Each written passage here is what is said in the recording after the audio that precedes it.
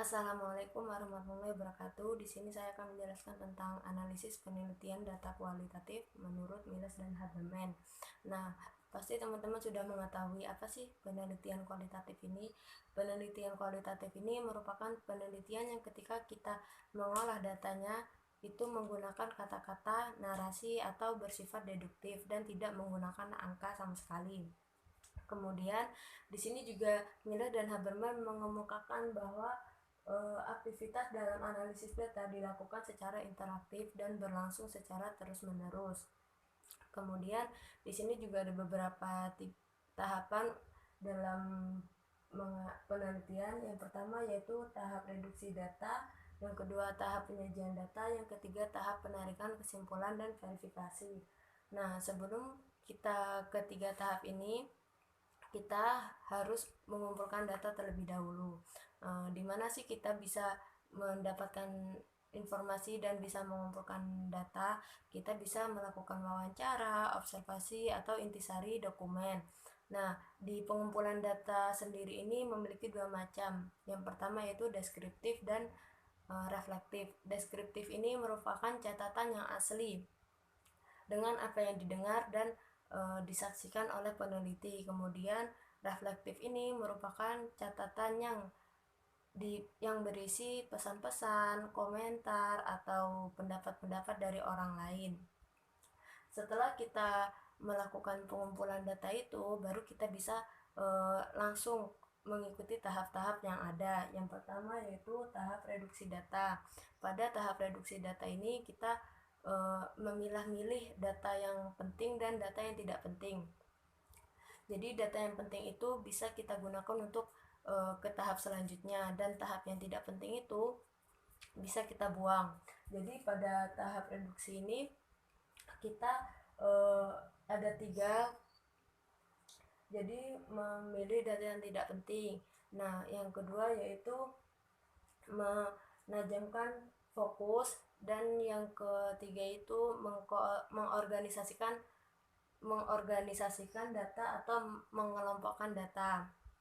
Kenapa sih di tahap reduksi data ini kita harus ketiga itu? Karena untuk mempermudah peneliti untuk menarik kesimpulan nantinya. Ya, kemudian selanjutnya ada tahap penyajian data. Nah, di sini tahap penyajian data ini menggabungkan informasi yang tersusun dalam suatu bentuk yang padu dan agar lebih mudah untuk dipahami. Nah, di sini dalam penyajian datanya bisa menggunakan narasi, kata, gambar, atau grafis. Apa sih fungsi dari adanya penyajian data ini? Fungsinya yaitu untuk mempermudah peneliti untuk menentukan langkah apa yang akan diambil selanjutnya.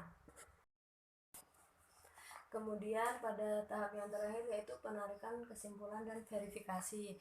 Nah, pada tahap penarikan kesimpulan dan verifikasi ini merupakan suatu kegiatan dan konfigurasi yang utuh. Verifikasi ini merupakan pemikiran kembali yang melintas dalam pikiran peneliti selama ia menulis, atau suatu tinjauan ulang dari catatan lapangan, atau menjadi seksama ketika kita melakukan peninjauan kembali atau tukar pikiran bersama teman untuk mengembangkan kesepakatan yang intersubjektif. Pada penarikan kesimpulan ini kita bisa ambil dari bertukar pikiran dengan teman, habis itu mengingat saat menulis, saat peneliti menulis, atau meninjau catatan yang pas di lapangan. Nah, dalam penarikan kesimpulan ini menyeluruh dari tahapan-tahapan yang sebelumnya. Jadi dalam analisis penelitian ini juga teknik-tekniknya yang berulang-ulang dan terus-menerus. Dan di sini juga udah dijelaskan tadi bahwa Miller dan Haberman mengemukakan bahwa penelitiannya berlangsung secara terus-menerus sampai tuntas hingga tidak memerlukan data baru lagi. Nah, mungkin cukup segitu yang bisa saya jelaskan. Bila ada salah kata dan salah atas pengucapan materi mungkin bisa diperbaiki. Terima kasih. Wassalamualaikum warahmatullahi wabarakatuh.